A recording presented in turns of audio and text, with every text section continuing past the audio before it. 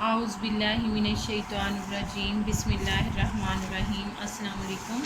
10th class تعلیمات اسلام میں ہم پڑھ رہے ہیں کردار سازی میں توحید کا حصہ۔ نبی پاک صلی اللہ علیہ وآلہ وسلم کا ارشاد ہے، توحید تمام نیکیوں کی جڑ ہے۔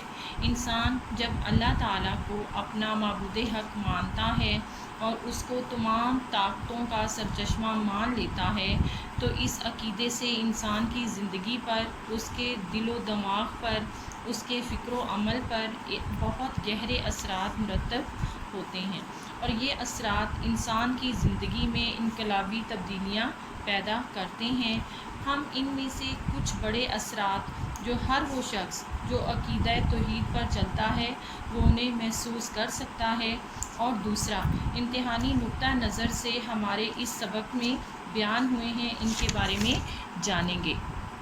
10th کلاس ہمارے سبق کے اس حصے سے مختصر سوالات نہیں پوچھے جاتے بلکہ ایک تفصیلی جواب پوچھا جاتا ہے، جس کا سوال کچھ یوں ہوتا ہے: انسانی کردار سازی میں عقیدہ توحید کا کیا عمل دخل ہے؟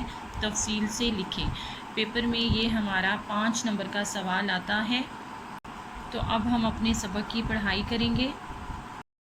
انسانی سیرت کی تشکیل اور کردار سازی میں عقیدہ توحید بڑی مدد دیتا ہے۔ یہ عقیدہ انسان کی زندگی پر مندرجہ ذیل خوشگوار اثرات ڈالتا ہے۔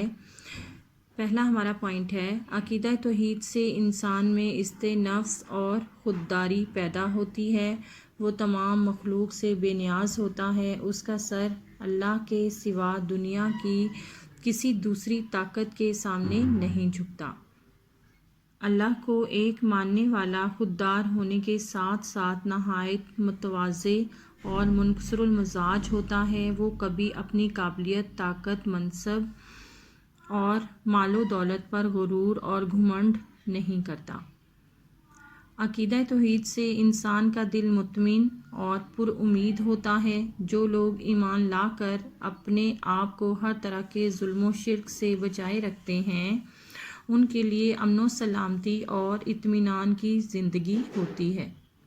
عقیدہ توحید سے انسان میں صبر و قناعت، بلند ہمتی اور توکل کی صفات پیدا ہوتی ہیں۔ وہ مشکلات سے نہیں گھبراتا، چونکہ اس کی کوشش کا مقصد اللہ کو خوش کرنا ہوتا ہے، اس لیے وہ مشکل سے مشکل کام اور بڑی سے بڑی تکلیف سے پریشان نہیں ہوتا۔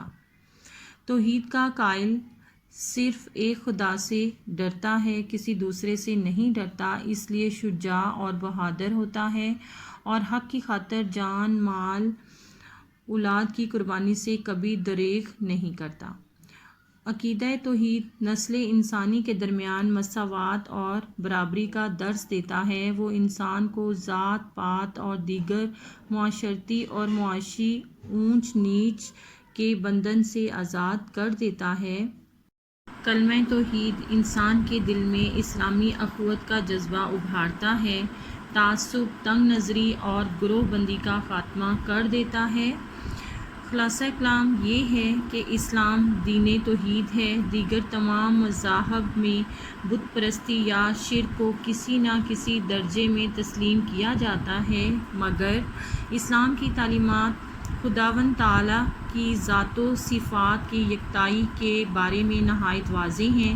اسلام نے عقیدہ توحید پر اتنا زور دیا ہے اور شرک کی نامعقولیت پر ایسے واضح اور روشن دلائل قائم کیے ہیں کہ شرک اور بت پرستی کرنے والوں کو دل ہی دل میں ندامت اٹھانا پڑتی ہے، اور وہ اپنے شرک میں توحید کی جھلک دکھانے کے لیے حیلے اور بہانے تراشنے لگتے ہیں۔